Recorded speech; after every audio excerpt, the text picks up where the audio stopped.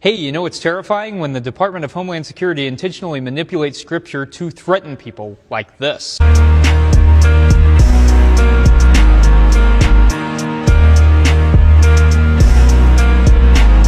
The fact that the Department of Homeland Security, in an official post, is using Scripture to threaten people is absolutely ludicrous and a clear example of Christian nationalism. What's more, it makes it sound like immigrants are the wicked ones and like Border Patrol is righteous, even though Scripture repeatedly tells us that we are to welcome foreigners and even to treat them as citizens in our land.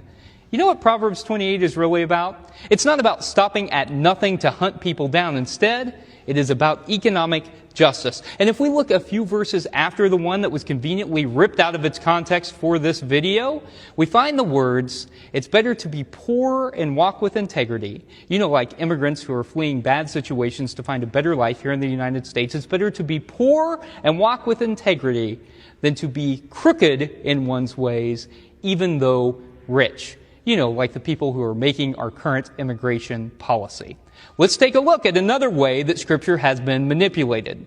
Here I am, Lord. Here I am. Once again, the Department of Homeland Security is taking Scripture out of context, this time Isaiah 6.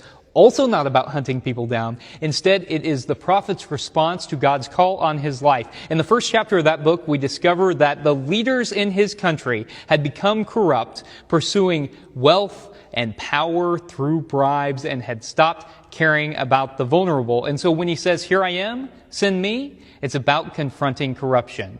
Christians today should hear a similar call. We need to confront corruption in our government, the Maga agenda, and the misuse of Scripture. Here we are. Send us.